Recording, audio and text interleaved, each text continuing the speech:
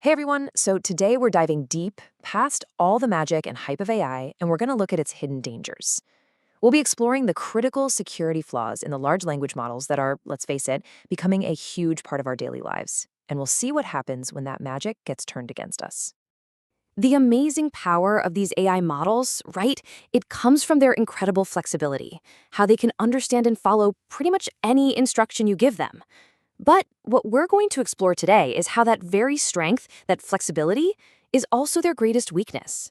It creates these unique security risks that, well, clever attackers are already learning how to exploit.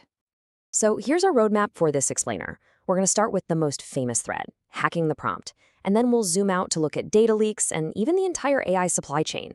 After we get a handle on the threats, we'll pivot and look at how developers can actually build more secure systems. And then we'll wrap up by looking at the big question, what's next for AI trust?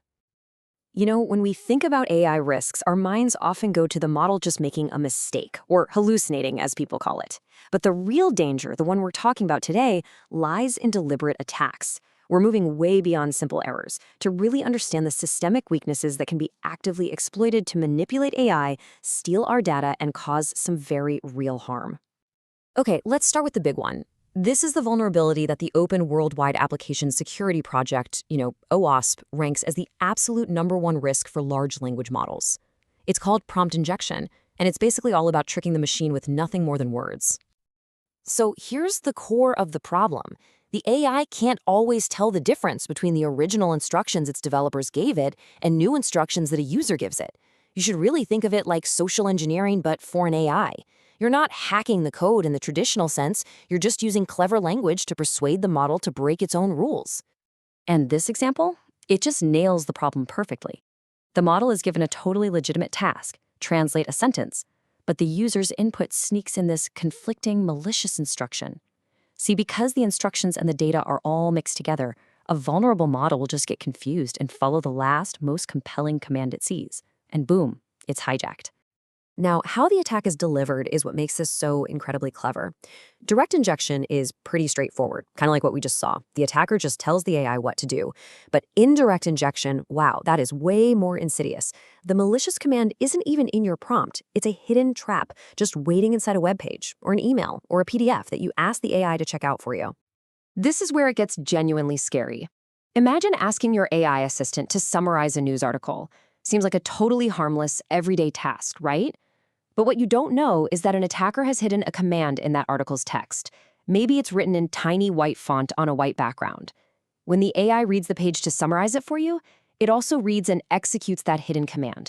And just like that, it could be sending your entire private chat history to the attacker, and you would have absolutely no idea.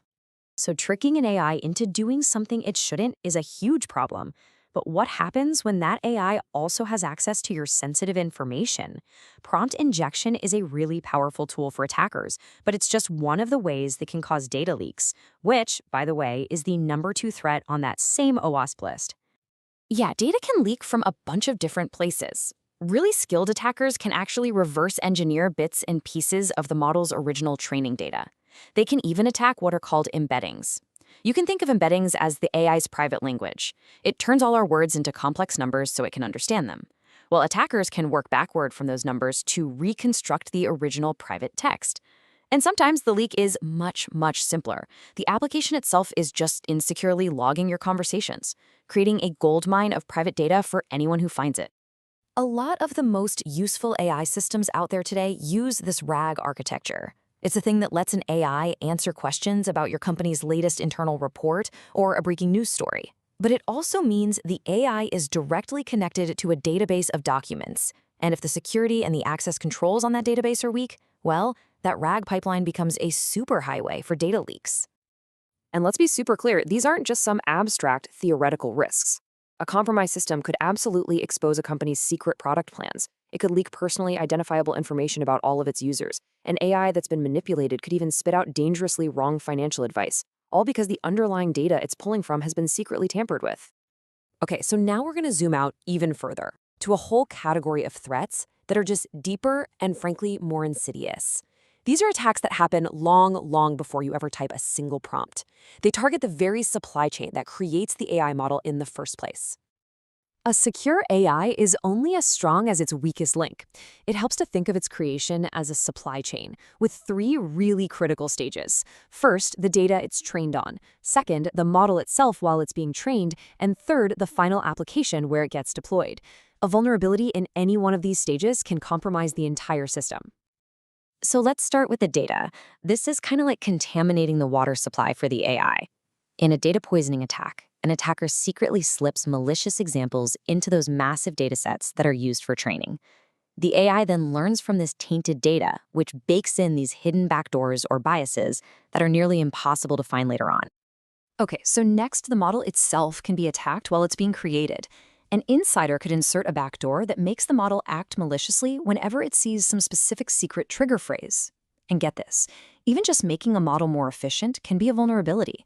The process is called quantization, and it's kind of like creating a lower resolution JPEG of a photo to save space.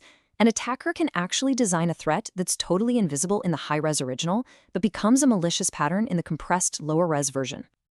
Okay, so we've looked at the threats, from the prompt all the way down to the training data. I know, it sounds pretty daunting, but it's not hopeless. Now let's pivot and talk about the playbook for building safer, more resilient AI systems. Look, there's no single silver bullet here. Security is always about layers. For prompt injection, you need really strong filters on what goes in and what comes out. For data leaks, it's all about strict access control and removing sensitive info. And for these supply chain attacks, you have to verify where your data and your models are actually coming from. Now, to protect data, developers have a really critical choice to make. Anonymization permanently strips out identifying info, which is great for privacy, but that info is gone forever. Pseudonymization, on the other hand, is a much smarter play for a lot of AI tasks. It replaces sensitive data with a temporary token, lets the AI do its job on the meaningless token, and then swaps the real data back in at the very end. The AI never even sees the private information. If there's one core principle to walk away with, it's this. You have to treat the LLM as an untrusted user inside your own system. It should never have the keys to the kingdom. You give it the absolute minimum privilege it needs to do its job, and that's it. You make a human approve any risky action, like sending an email or deleting a file. And you have to constantly test it, hire red teams to try and break it. You have to build strong guardrails all around the AI.